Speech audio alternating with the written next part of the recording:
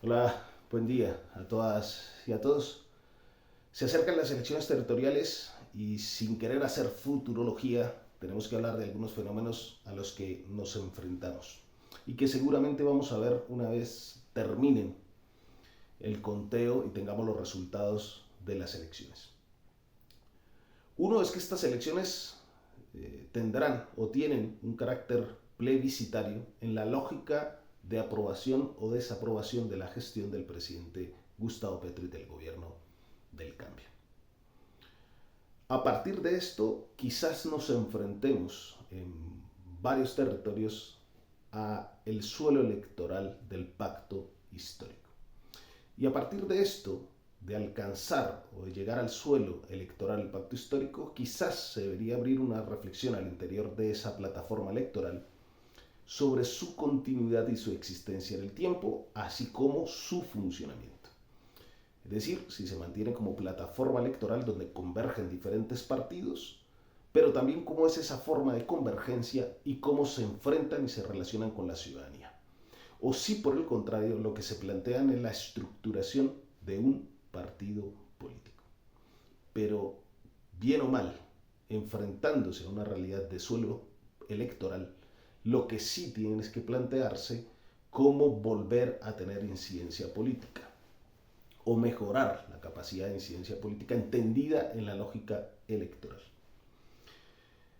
Bien, por otra parte, veremos, o ya lo vemos, el fenómeno del miedo bastante presente en la construcción de los discursos. Pero este miedo tiene que ver con la capacidad de gestión y la claridad política al frente de la administración y gestión pública.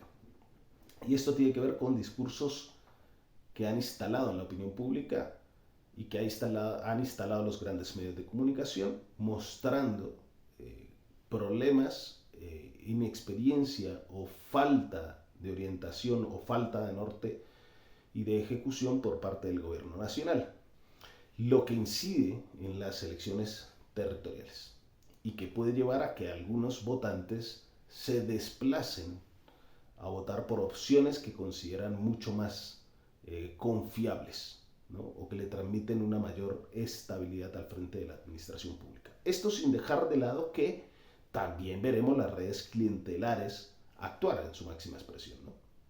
Pero quizás veremos discursos en algunas ocasiones moderados apelando a la capacidad de gestión frente a una improvisación. Y la improvisación le va a pasar factura al pacto histórico. Por eso digo, tienen un carácter plebiscitario de aprobación o desaprobación de la gestión del gobierno del cambio. A partir de eso también veremos el fenómeno del castigo. Y el castigo electoral que quiere decir, por una parte, o se puede expresar de dos maneras. O bien el trasvase electoral a esas otras formaciones que puedan transmitir, o a esos candidatos, en el caso de las elecciones uninominales, candidatos a la alcaldía, a las gobernaciones, a candidatos que transmitan mucho más confiabilidad al frente de la gestión de lo público. Menos en lo político, más en la gestión. Bien. Y ese castigo también se puede presentar hacia la abstención o el voto en blanco. Y esto se relaciona con el nivel de desencantamiento político. Y es que frente a las elecciones presidenciales, en donde mucha gente votó de manera esperanzada, con bastante ilusión, pueden estar enfrentando un nivel de desencantamiento o de arrepentimiento y que puedan ayudar esto o pueda ser esto un elemento para desmovilizarlos de la contienda electoral, es decir, que no acudan a las urnas. Bien, esto último, el nivel de desencantamiento de la política, lo veremos en algunas ocasiones o lo podremos evaluar con el nivel de participación electoral.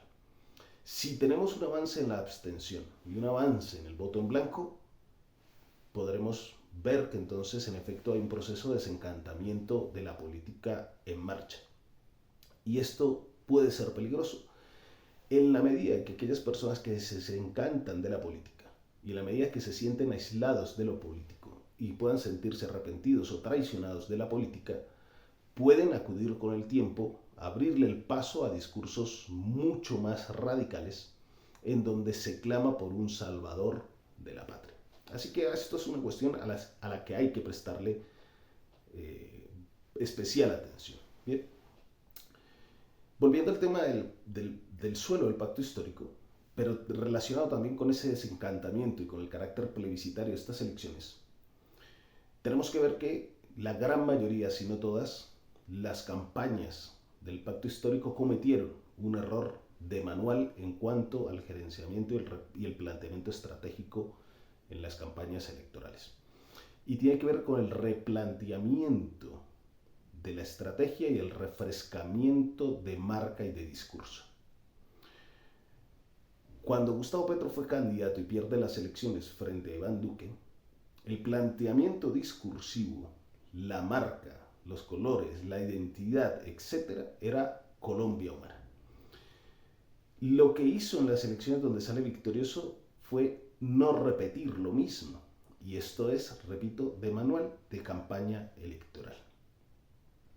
Hay que conservar lo que se traía, pero ajustarlo a esa nueva realidad conforme a las necesidades del electorado, refrescarlo. Las campañas del pacto histórico básicamente repitieron el esquema de comunicación política y las líneas argumentales del gobierno nacional, sin tener en cuenta los contextos de cada territorio, la situación y las necesidades del electorado. Por eso quizás nos encontremos frente a ese fenómeno del suelo electoral del pacto histórico y al desafío, repito, que debería llevar, ¿no?, a replantear su estructura y su funcionamiento e incluso su propia supervivencia. Dicho esto, es preocupante si nos enfrentamos o no a un proceso de desencantamiento porque, repito, le abre paso, puede empezar a allanar el camino para discursos muchos más extremos y para salvadores de la patria.